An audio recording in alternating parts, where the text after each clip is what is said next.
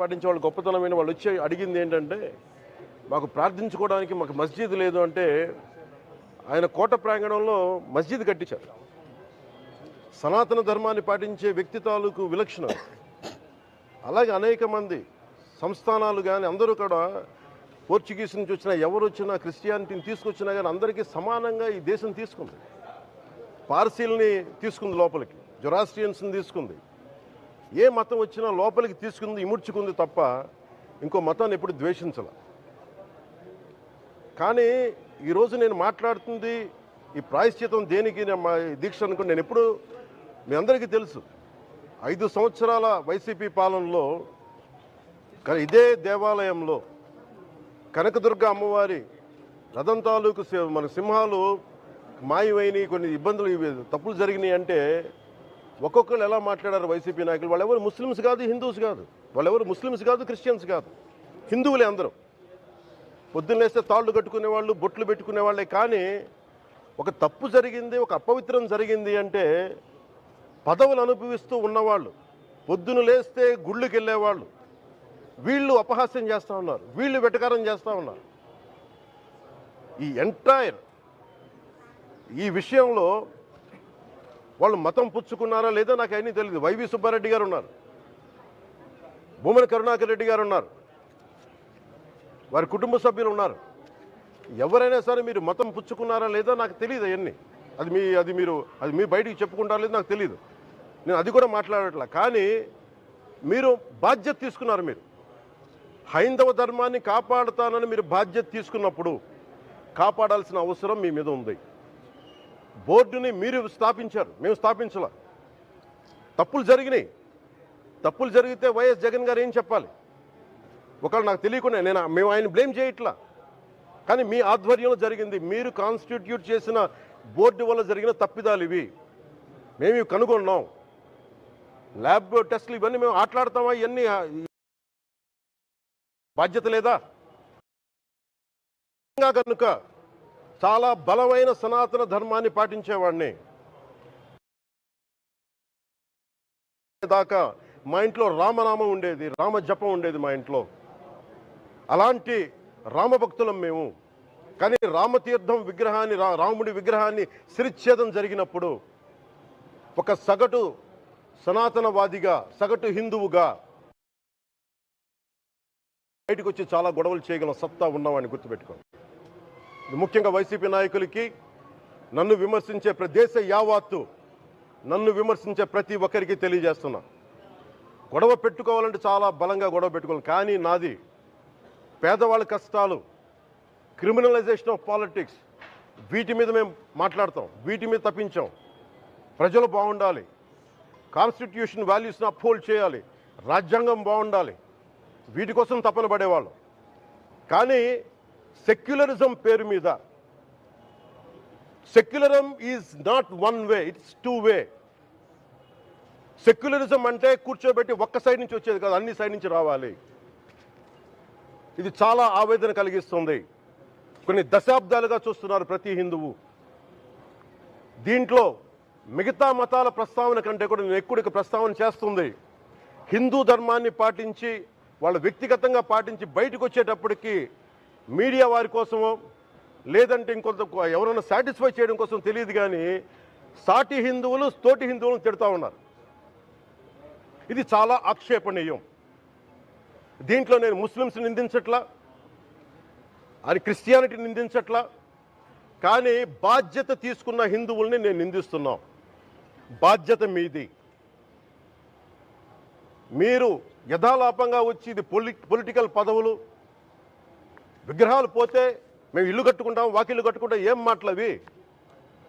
ఇదే మీరు మస్జిద్లో జరిగితే మాట్లాడతారా? మస్జిద్లో ఇలాంటి అపవిత్రం, ఒక చిన్నపాటి చోరీ జరిగితే ఇలాగే మాట్లాడతాం. ఎందుకంటే మీరు మాట్లాడరు, ఓట్లు కదా అక్కడ. కానీ హిందువులు మాట్లాడితే హిందువులు అందరికీ ఎవరు పట్టించుకోరు. ఇక్కడ మా వేదన ఉండదా? మౌనంగా ఉన్నామంటే బాధ లేదనా? కోపం రాదనా? ఈ రోజుకి కూర్చొని చూడండి ఏం మాట్లాడుతున్నారో వాళ్ళు. ఆయన వాళ్ళ లాయర్ అంట, ఆయన ఎవరు, ఏజీపీ అంట, పొన్నవోలు సుధాకర్ రెడ్డి గారు. తిరుమల లడ్డుపై ఢిల్లీలో చేసిన కామెంట్ నా దృష్టికి తీసుకొచ్చారు. ఇలాంటి సెన్సిటివ్ సమయాల్లో ఎయిదర్ మౌనం మంచిది, మౌనం దాటి పొగరుగా మాట్లాడటం, నన్ను పచ్చి బూతులు తిట్టినా, నన్ను వక్రీకరించినా, నన్ను రోడ్డు మీదకి లాగిన నేను ఎప్పుడు మౌనంగానే ఉన్నా. కానీ వైసీపీని నాయకులు, విమర్శించే నాయకులు ప్రత్యేకంగా చెప్తున్నాం, సనాతన ధర్మాన్ని జోలికి రాకండి. తప్పు జరిగితే తప్పు జరిగిందని ఒప్పుకోండి, లేదా మాకు సంబంధం లేదని చెప్పండి. అంతేగాని మళ్ళీ అడ్డగోలుగా మాట్లాడితే ఎవ్వరం క్షమించం. ఇక్కడ మీరు కూడా హిందువులే, పొన్నవోలు సుధాకర్ రెడ్డి గారు మీరు హిందువులే. నోటికొచ్చినట్టు మాట్లాడకండి. తమాషాలుగా ఉందా మీకు? సరదాలుగా ఉన్నాయా? మొన్నటికి మొన్న ప్రకాష్ రాజ్ గారు మాట్లాడారు నా మీద. అరే నేను మాట్లాడుతుంది ఒక హిందువులు అపవిత్రం గురించి మాట్లాడుతున్నాను. ఇందులో ప్రకాష్ రాజ్ గారికి సంబంధం ఏంటి? ఇందులో నేను ఇంకొక మతాన్ని నిందించానా? ఇస్లాంని నిందించానా? క్రిస్టియానిటీని నిందించానా?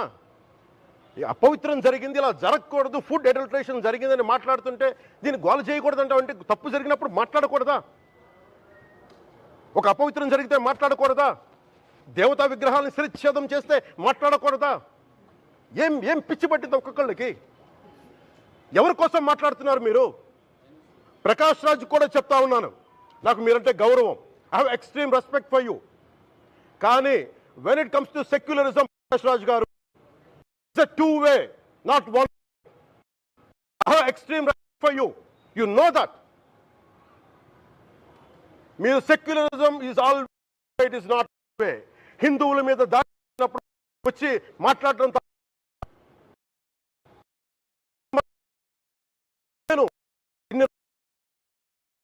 మంది కౌలు రైతులకు ఇచ్చాను, ఎంతమంది ముస్లిం ఇస్లాం రైతాంగానికి ఇచ్చాను నేను.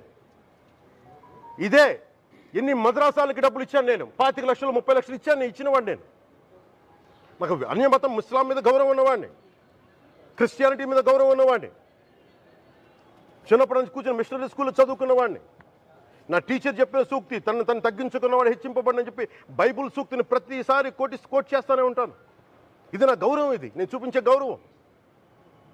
మీరు మాట్లాడితే కూర్చొని నేను పాటించే ధర్మానికి అపవిత్రం జరిగినప్పుడు మాట్లాడకూడదు, మౌనంగా ఉండాలి.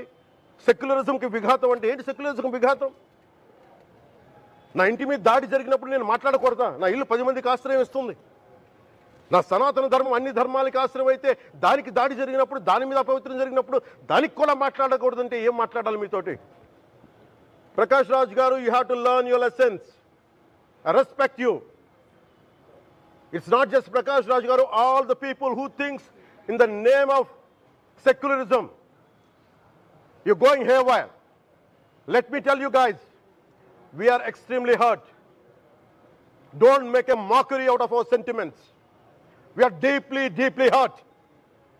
It's not fun for you, for you. Maybe it might be fun for you. It is not fun for us. It's a deep anguish, deep pain. Don't you ever forget. Before you come and think 100 times and talk about Sanatana Dharma. Enough of this. చాలు. ఇష్టానికి మాట్లాడుతూ ఉన్నారు సనాతన ధర్మం మీద. అయ్యప్ప స్వామి మీద మాట్లాడతారు, సరస్వతి దేవి మీద మాట్లాడతారు, అల్లా మీద మీరు మాట్లాడగలరా? మహమ్మద్ ప్రవక్త మీద మీరు మాట్లాడగలరా? జీసస్ మీద మీరు మాట్లాడగలరా? అందరూ కూర్చొని సనాతన ధర్మం మీద, వినాయకుడి మీద జోకులు వేస్తారు, దుర్గాదేవి మీద జోక్స్ వేస్తారు, సరస్వతి దేవి మీద జోక్స్ వేస్తారు. మా మనోభావాలు గాయపడవా? మాకు బాధ ఉండదా? అందుకే నేను ప్రతిపాదించింది ఏంటంటే, ప్రతి దానికి రావలేకపోతున్నాం. సనాతన ధర్మ రక్షణ board is order of the day. ప్రతిసారి కూర్చోబెట్టి మేము డిఫెండ్ చేసుకోలేం. ఇది ప్రతి సగటు హిందువు తాలూకు ధర్మం. ఇదే ఇస్లాం మీద దాడి జరిగితే ఎంతమంది బయటకు వస్తారు, ఎంతమంది నిరసన తెలియజేస్తారు? రోడ్ల మీదకి రమ్మని చెప్పట్ల. కనీసం మీకు కోపం కూడా రాకపోతే మేము ఏం చేస్తాం? గుడికి వెళ్ళే ప్రతి హిందువు బాధ్యత కాదా ఇది? నా ఒక్కరి బాధ్యతైనా, మా బాధ్యతైనా, మీది కాదా? ధర్మాన్ని మీరు పరిరక్షించడానికి మీ బాధ్యత కాదా?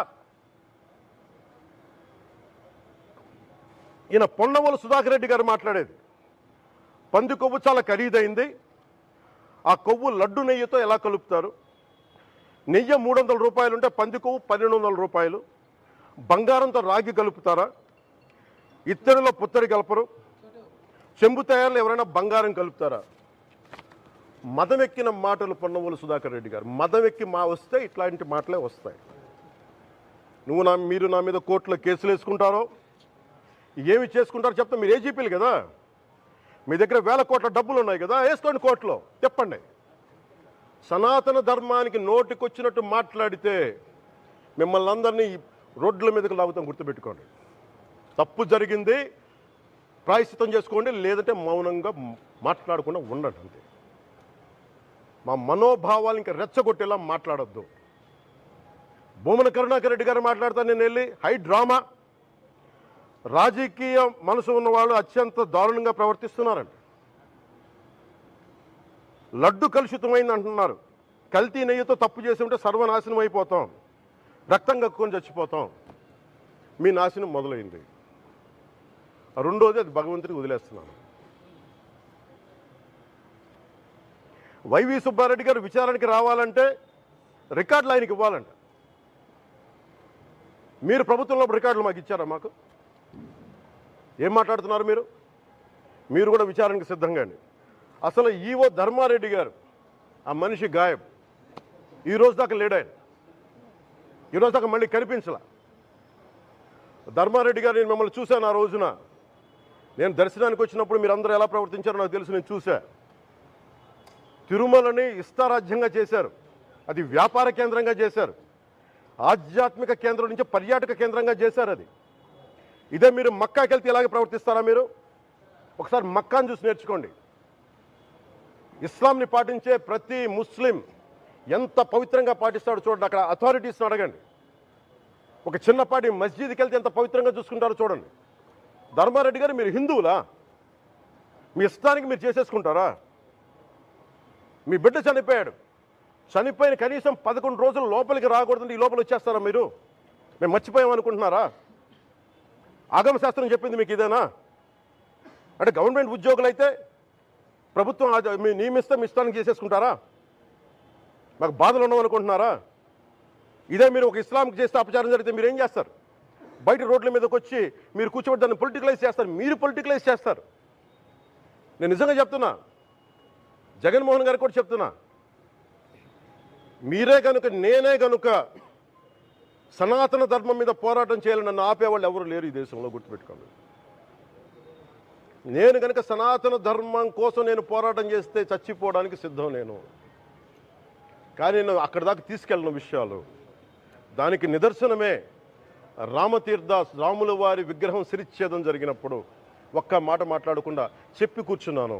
ఆ తెలివితేట లేక మీ ప్రభుత్వాన్ని కిందకి తీసుకొచ్చి అధాపాతాలను తొక్కిన మేము మాకు శక్తి లేదనుకుంటున్నావా? ఉండవనుకుంటున్నావా? కానీ మేము సమాజాన్ని కలిపి ఉంచాలని వ్యక్తులను తప్ప విడగొట్టాలని వ్యక్తులం కాదు మేము, గుర్తుపెట్టుకోండి. అలాగే ఈరోజు నుంచి ప్రజలందరికీ కూడా చెప్తున్నా, అన్ని మతాలని మేము గౌరవించేది ఈ నేల. ఒక జనసేన పార్టీ అని కాదు, తెలుగుదేశం పార్టీ అని కాదు. మీరు ఏ పార్టీలకు సంబంధించిన వైసీపీలో ఉన్న హిందువులందరూ ఏం చేస్తున్నారు? మీరందరూ పోటీ పడ్డారు కదా తిరుమలకి వెళ్ళటానికి. మీరు మర్చిపోయారు, ఇందులో ఈ పాపం మీకు కూడా వస్తుంది, ఈ పాపం మీకు కూడా తగులుద్ది.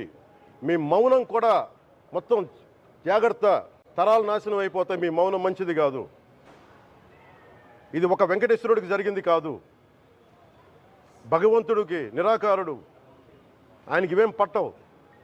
మనం నమ్ముకొని ఆయనకి వెళ్తున్నాం, అది మనకి బాధ్యత. ఇది ఇంకా ప్రతి ఒక్కరు దీన్ని గుర్తుపెట్టుకోండి. చేతులెత్తి వేడుకుంటున్నాను, చేతులెత్తి వేడుకుంటున్నాను. సగటు హిందూ మీరు సినిమా టికెట్లకు వెళ్ళిపోతారు, అభిమానులందరూ. మీరెవరు హిందువులు లేరా? సినిమా టికెట్ల కోసం చించుకుంటారు. సినిమాని మీరు కూర్చోడానికి మీరు మొత్తం మాట్లాడతారు. అందరిని అడుగుతున్నా, అందరు మొత్తం భారతదేశపు యావత్తు ఉన్న సినిమా అభిమానులను అడుగుతున్నా, మీరందరూ హిందువులే కదా, అత్యధికులు హిందువులే కదా. మీకు బాధ్యత లేదా? మీకు మీ సినిమా హీరోలు, నేను కూడా హీరోనే. నన్ను మించి దేశాన్ని చూడమని, సనాతన ధర్మాన్ని చూడమంటున్నా. మీ కన్వీనియంట్గా కూర్చోబెట్టి హీరోలను ఎత్తడం కాదు, నన్ను ఎత్తడం కాదు. ధర్మం విఘాతం కలిగినప్పుడు ధర్మానికి మీరు మాట్లాడటం మీ బాధ్యత. నా తరం మేము కష్టపడుతున్నాం, ముందుకు వచ్చాం. ఎవరి కోసం పడుతున్నాం ఈ కష్టాలు? మాకు సరదా కాదు. ప్రతి ఒక్కరి ఇష్టానికి వచ్చి మాట్లాడుతూ ఉంటే బాధ కలుగుద్ది. అయ్యప్ప స్వామి దీక్ష చేసే వాళ్ళ మీద ఎంత ఇష్టారాజ్యంగా మాట్లాడతారు. ఇదే మీరు ఎవరన్నా సరే ఇస్లాం మీద మీరు గొంతు ఎత్తగలరా? ఎందుకంటే రోడ్ల మీదకి వచ్చి కొడతారని మీకు భయం, అందుకు మీరు మాట్లాడరు. హిందువులు అంటే మెత్తని మనుషులు కదా, తోటి హిందువు కదా, మీరు ఏదైనా మాట్లాడచ్చు. మీకు నమ్మకాలు లేకపోతే మీరు ఇంట్లో కూర్చోండమ్మా. మీకు నమ్మకాలు లేకపోతే ఇంట్లోంచి బయటికి రాకండి, మమ్మల్ని ఏం అనకండి. మేము ఎలా పూజా విధానం ఎలా చేస్తాం, అలాగే ముఖ్యంగా ఫిల్మ్ ఇండస్ట్రీ కూడా నేను తెలియజేస్తా ఉన్నా. దీని మీద మీరు మాట్లాడితే మద్దతుగా మాట్లాడండి, లేదంటే మౌనంగా కూర్చోండి. అంతేగాని మీ మాధ్యమాల ద్వారా అపహాస్యం చేస్తే మటుకు ప్రజలు మిమ్మల్ని ఎవరు క్షమించరు. ఎందుకంటే చాలా డీప్ పెయిన్ ఇది. మీరు లడ్డు మీద జోక్లు వేస్తున్నారు. నేను ఒక సినిమా ఫంక్షన్లో కూడా చూశాను. Laddu is a sensitive issue అని. Don't you ever say that. Don't you ever try day to say that, please. I respect you as actors, but when it comes to Sanatana Dharma, please, you have to think 100 times before you saying a word.